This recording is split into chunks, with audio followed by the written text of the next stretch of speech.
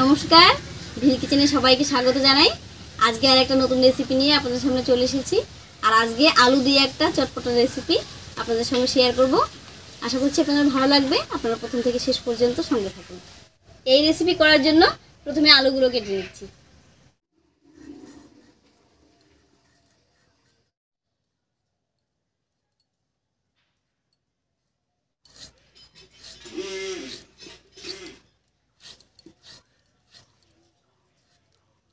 আলুগুলো এরকম পাতলা পাতলা করে কেটে নিয়েছি।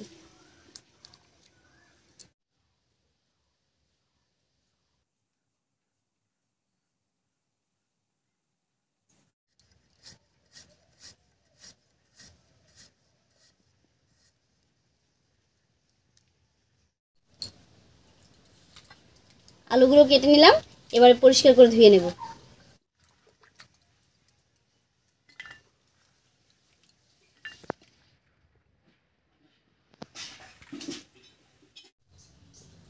আলুটা কেটে পরিষ্কার করে ধুয়ে নিয়েছি। এবারে টমেটো আর পেঁয়াজটা কেটে নিচ্ছি।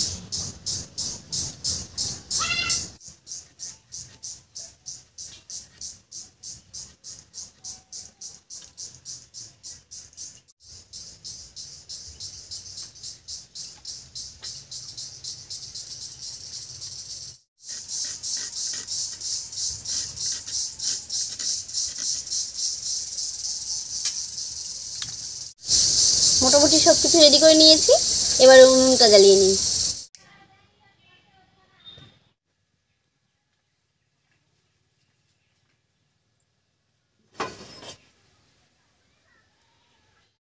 উনুন জ্বালিয়ে কড়াই বসিয়ে দিয়েছি। এবারে শুকনো খোলায় কয়েকটা মশলা ভেজে নিচ্ছি।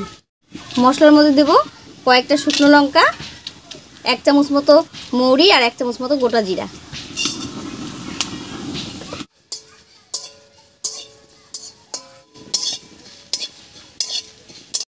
মশলাগুলো হালকা করে ভেজে নিয়েছি। এবারে নামিয়ে নিচ্ছি।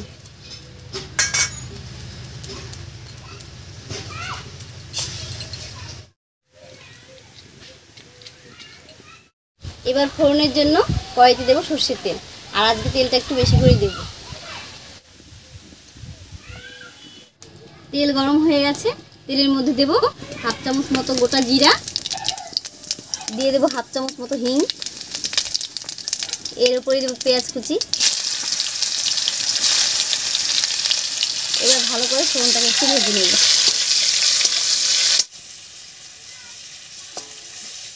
পেঁয়াজটা বেশ লাল লাল করে ভেজে নিয়েছি। এবার এর মধ্যে কেটে রাখা অর্ধেক টমেটো দেব।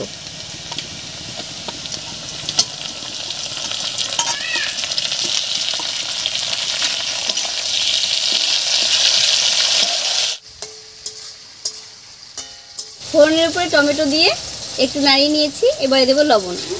এতে করে টমেটো খুব তাড়াতাড়ি সিদ্ধ হয়ে যাবে। টমেটোটা বেশ একটু গলা গলা হয়ে গেছে। এবার এর মধ্যে দেবো টুকরো করে কেটে রাখা দুটো লঙ্কা আর আলু।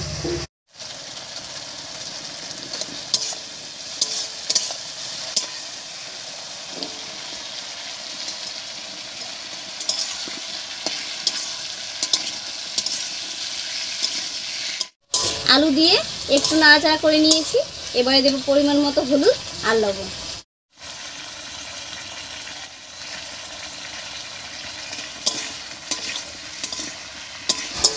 লবণ হলুদ দিয়ে ভালো করে মিশিয়ে নিয়েছি। এবার ঢাকা দিয়ে বেশ কিছুক্ষণ রান্না করে নেব।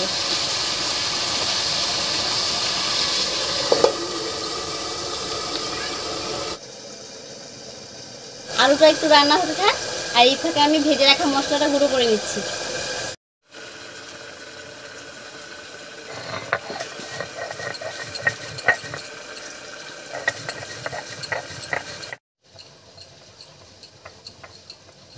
মশলাটা একেবারে হালকা করে গুঁড়ো করে নিয়েছি।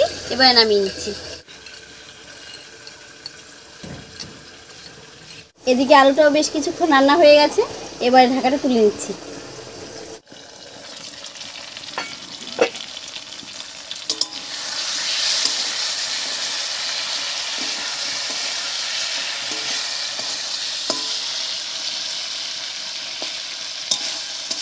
আলুটা হালকা ভাজাও হয়েছে আর একটু সেদ্ধও হয়ে গেছে।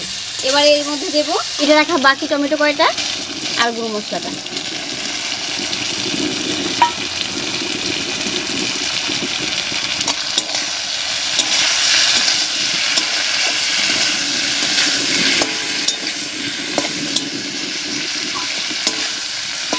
মশলা টমেটো দিয়ে ভালো করে মিশিয়ে নিয়েছি।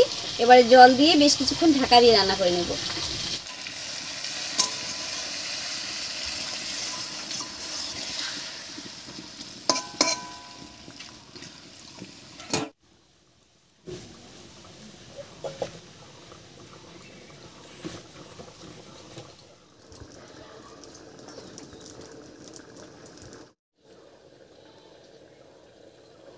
আমি ঢাকা দিয়ে প্রায় আরও 10 মিনিট মতো রান্না করে নিয়েছি। এবার ঢাকা খুলে নামিয়ে নিচ্ছি।